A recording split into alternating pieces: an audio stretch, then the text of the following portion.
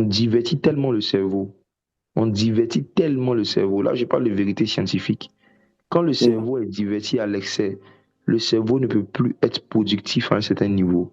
Quand le cerveau est habitué à s'amuser, le cerveau ne peut pas faire beaucoup de choses sérieuses. Le divertissement doit être fait avec beaucoup, beaucoup, beaucoup de modération. Sinon, après, on devient des insensés, on devient bête. Et c'est abêtissant et c'est aboutissant que de passer 2 heures, 3 heures de temps à regarder des films plusieurs fois dans la semaine. Une fois dans la semaine, ok. Mais plusieurs fois dans la semaine, c'est abêtissant. Et après, tu passes combien de temps à lire la Bible, à prier ou bien à suivre des formations? Ceux qui ne sont pas en Côte d'Ivoire, j'ai donné un message le dimanche passé qu'on va poster sur YouTube aujourd'hui. Aujourd'hui, regardez la chaîne YouTube Maison de sagesse et d'adoration. Ah, j'ai parlé de la sagesse à pratiquer pour vivre l'abondance. Et j'ai parlé de l'importance de la formation. Je vous dis la vérité, frères et sœurs, c'est ce que le Saint-Esprit m'a dit de prêcher.